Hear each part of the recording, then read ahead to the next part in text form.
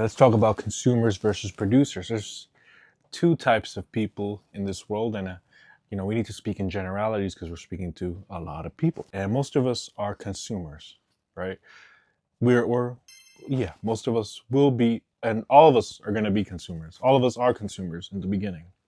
It's kind of like the default mode of being. You have to take things in, ingest it, either through your mouth, actually consuming it, or consuming it through your mind. Whoa, blown my mind. I'm consuming. I'm consuming so much. How are you born into consuming, right?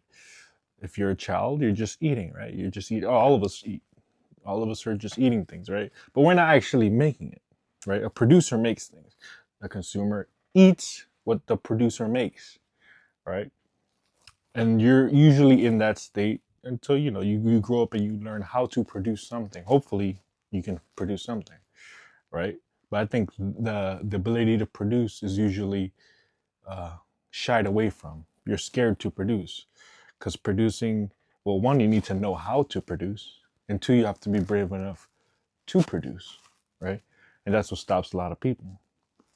And that's what you want to change. Hopefully, you don't want to be the consumer because that's the default. Consuming is a default. We're always going to consume. You're going to consume even if you produce. You have to consume. you know. So that's to make the shift into from being in a state of consumption, just watching TV, watching movies, watching things, and that's a good beginning point because you learn how to produce by consuming, right? But the most beneficial of the two that you want to be on is the producing side. Because in producing, people depend on you, people reward you because you're giving them something to consume. So that's why the producer is looked up upon and usually is rewarded in comparison to the consumer. Although there are people that get, rewarded for consuming, but again, generally, the producer is the one that benefits the most. Because if I make something and a bunch of people take it, they're gonna thank you through maybe monetarily or just through respect or some other payment, or maybe there's some payments that you can't even foresee, some favors, something comes back, whatever the way we're, or you just feel good because you're making something and giving it to people, just like a video, right? I make it and then I give it to you, and that feels good. Even if I'm not getting paid directly, what I get out of it is the payment through knowing that I did something for somebody else, being of service, which is what everybody goes to work to serve, to be of service. To you create products, so you give it to other people. It's a service, whatever. It's a lot of things going on. So for you to make that shift, you have to, like I said, consume and then know what you want to give to the world and how you're going to give it to them. So I'm doing it now through video. Hopefully, maybe you're following that path. You make videos, you give it out, and not being afraid to do it. Not being afraid that if people judge it, which stops a lot of people from producing, being able to get over that and having that mentality that no matter what other people think or what they're going to do, which nobody's probably going to do anything to you, but even if people do something, you have enough confidence to know that you'll be fine. And in knowing you'll be fine, you won't be scared to produce. You won't be afraid to give, right? People who are afraid to give, if you can, physically make what's called symbolize what that fear is. You're saying you're hiding all your gifts instead of giving it out.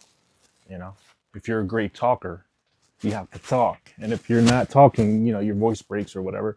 You can tell that they're trying to hold it in. Just spit it out, literally. I said this, and have fun, right? And hopefully you get rewarded. And you might not get rewarded fast, or it won't come the second you do it, but over time you keep doing it, you keep producing, you produce a lot, mass production, and hopefully you get better in producing. Just giving things out doesn't make it acceptable, doesn't mean somebody else is going to take it.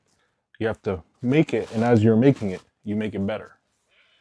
And that's where I guess the goal is. In making it better, you'll get rewarded because, hopefully, hopefully you know what you're doing and you're trying to make it, for people to consume. You just because you make something doesn't mean somebody has to take it.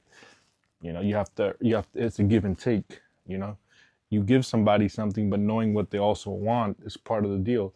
Maybe if I wanted to make, let's say, producing a video like this now, I can make the video that I want to make, but there's also knowing that consciously people want something. So it's an agreement where both sides are working together to create something. You know, because there's things that I want to talk about that maybe I wouldn't talk about because I know it wouldn't work. But I'm willing to talk about other things, and so there's the negotiation, there's the working together and making something that a lot of people will like. So yeah, that's a quick rundown of what a consumer versus a producer is, and hopefully that helps you in producing your own things and hopefully producing a video like a lot of people are afraid to do. I think, you know, like most people in the world are consumers, so there's enough consumers already since it's the default. There will always be enough consumers, but there will never, in the foreseeable future at least, be enough producers. So if you're gonna make it, make it. Produce, produce, produce, product. Okay, I'm done.